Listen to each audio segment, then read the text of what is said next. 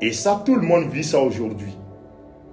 Le soi-disant très vénéré guide qui a 3 femmes, 4 femmes, 2 femmes, pour ceux qui ont encore des réserves, 2 femmes, lui, il a tout connu. La difficulté avec la première. Et aujourd'hui, alhamdoulilah, Dieu a fait grâce.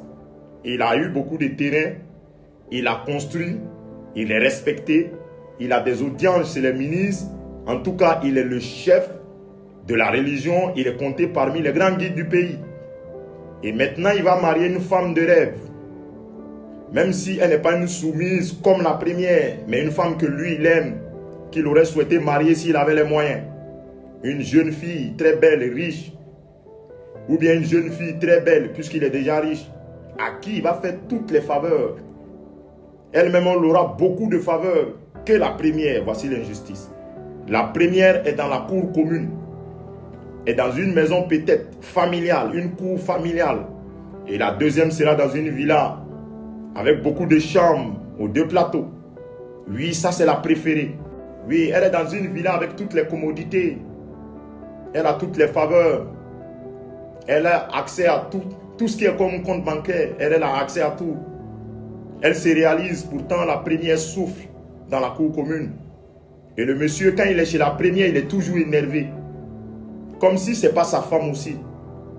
Il la traite moins bien que la deuxième. Pourtant, il a les moyens maintenant. Et la première n'a pas le droit de faire ce qu'elle veut. La deuxième s'habille chic. C'est vrai qu'elle fait semblant de s'habiller comme une femme musulmane. Pendant qu'il dit à l'autre de porter que les hijabs, il paye même des hijabs qui sont moins chers pour elle. Mais pour l'autre, ça vient de Dubaï, de l'Arabie Saoudite. Elle s'habille très bien, elle sent très bien. Oui, elle est la préférée. Elle, on ne lui refuse rien. Elle a une voiture parce qu'elle a le permis. Elle est jeune, elle peut rouler. L'autre n'a pas de voiture. Parce qu'elle n'a pas passé le permis, elle ne sait pas rouler. Et là, le très cher guide, il prétend être juste entre ces 2 femmes. Voici le piège. Et combien de personnes se retrouvent dans ce cas? Et même les croyants lambda en font pire. Quand il est chez l'autre, ce qu'il fait, ce qu'il dit, il vient chez l'autre, il dit autre chose. Et d'autres même ont la fâcheuse manière de dire que faut les mettre en palabre, les 2, 3, 4 femmes. Il ne faut pas qu'elles soient d'accord, sinon ça ne t'arrange pas. Regardez cette forme de mécréance. C'est-à-dire, on se comporte comme le diable.